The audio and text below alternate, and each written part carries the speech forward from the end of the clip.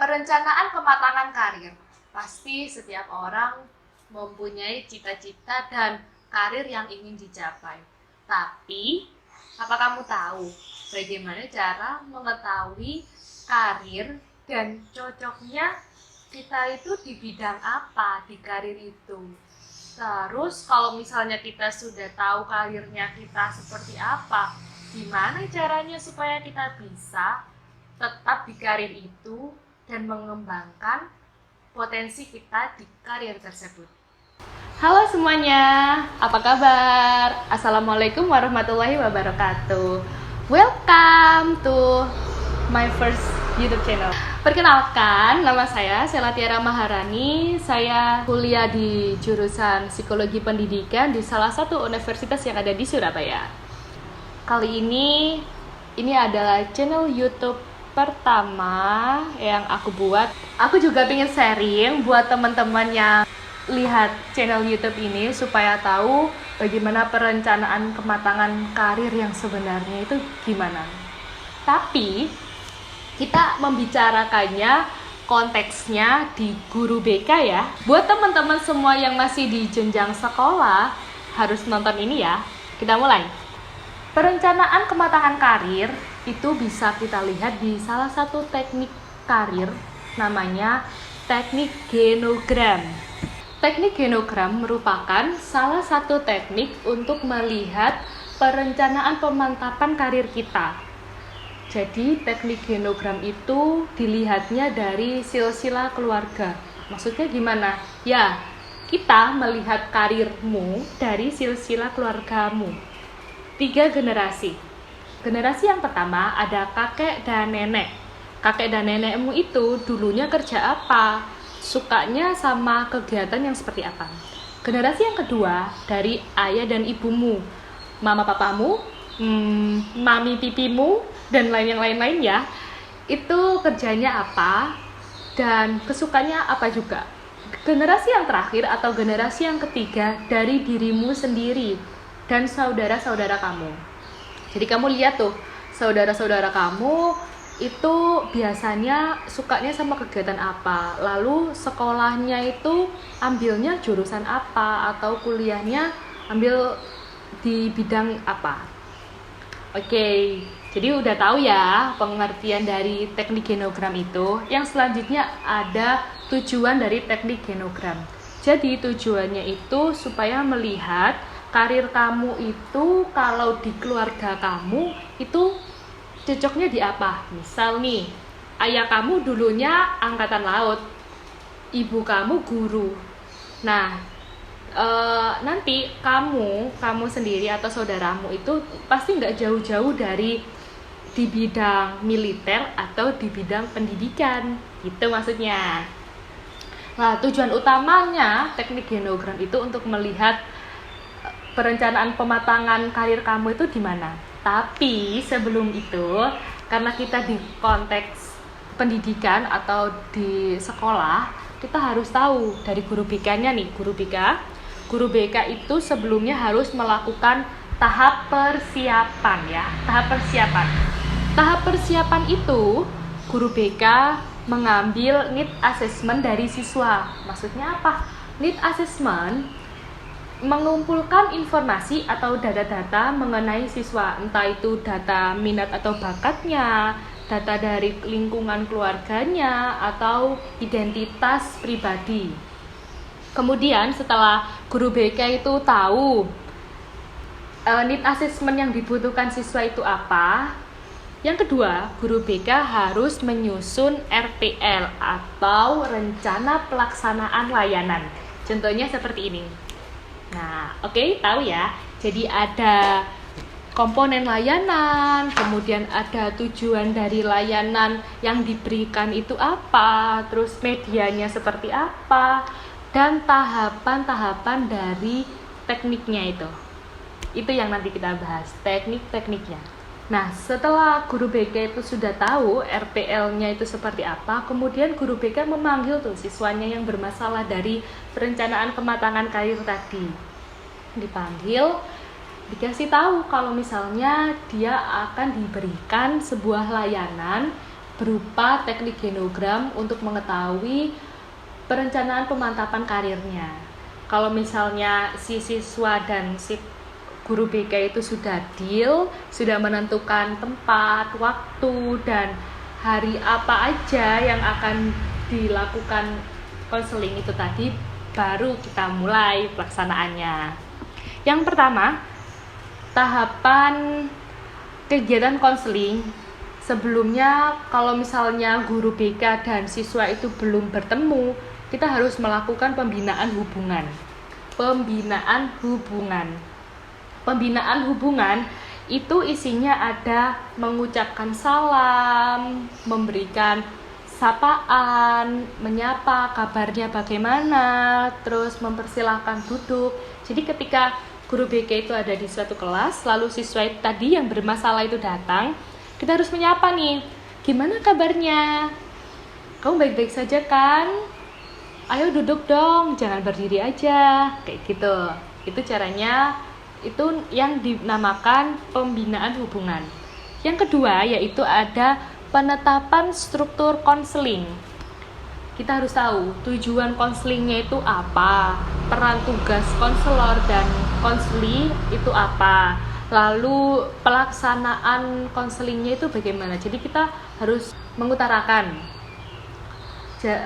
kepada siswa itu, jadi tujuan konseling ini untuk memberikan kepada kamu tentang perencanaan pemantapan karir. Kemudian ada peran dan tugas. Peran dan tugas itu kita kasih tahu di sini, peran guru BK sebagai saluran penghubung antara karir kamu dan dirimu sendiri.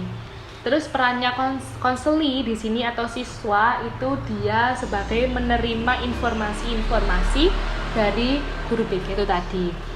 Menjelaskan pelaksanaannya, maksudnya itu pelaksanaannya itu seperti apa, teknik yang digunakan itu apa, gitu. Kemudian ada penetapan eksplorasi atau pelaksanaan konseling. Nah, ini kegiatan intinya. Jadi kita harus memberikan gambaran kepada siswa itu kalau kita menggunakan teknik genogram. Oke, sudah paham semua ya? Sekarang kita akan membahas teknik genogram. Dari tadi tahap persiapan sudah, sekarang tahap pelaksanaannya. Yang pertama ada membuat diagram genogram, lalu ada identifikasi karir keluarga, dan yang ketiga ada wawancara konseling. Kita bahas satu persatu ya. Yang pertama ada membuat diagram genogram. Sebelum itu kita harus mempersiapkan selembar kertas kosong, lalu spidol berwarna. Ini nanti akan membantu kita untuk mengetahui perbedaan dari ayah, ibu, lalu pekerjaan dan garis-garis struktur silsilahnya atau diagramnya nanti. Oke, tahap yang pertama membuat diagram genogram. Di sini setelah kita menyiapkan kertas dan spidol berwarna tadi, kita memberikan pengertian bahwa nantinya ada diagram yang seperti ini. Nah, ada diagram seperti ini. Ada ayah, ibu, kakek, nenek, kemudian anak dan saudara-saudara. Nah, di sini konselor itu atau guru BK membuat bagan dulu. Jadi kita harus mencontohkan seperti yang tadi, mencontohkan dulu diagramnya itu seperti ini. Barulah nanti siswanya membuat diagram itu dari spidol. Setelah siswa membuat diagram itu tadi, kita masuk ke tahap yang kedua, yaitu identifikasi karir keluarga. Di sini yang kita identifikasi atau kita analisis atau kita kumpulkan datanya, yaitu yang pertama mencatat pekerjaan yang ada pada keluarga, lalu mengidentifikasi pola yang ada dalam genogram. Yang ketiga menjabarkan konseli itu sumber inspirasi karirnya dari mana. Jadi kita menyuruh siswa untuk mencatat pekerjaan kakekmu apa, pekerjaan nenekmu apa, ayah dan ibumu apa. Jadi di bawah tadi yang segitiga atau lingkaran itu diberikan keterangan pekerjaannya apa. Kemudian kita tanyakan, itu dari banyaknya generasi itu tadi, kira-kira peran keluarga mana yang sangat memotivasi kamu untuk berkarir? Misalnya siswanya itu memilih ayahnya karena ayahnya ini seorang angkatan laut, dia ingin sekali menjadi angkatan laut. Berarti dia motivasi karirnya atau inspirasi karirnya itu dari ayahnya itu tadi. Oke, itu ya tahap kedua.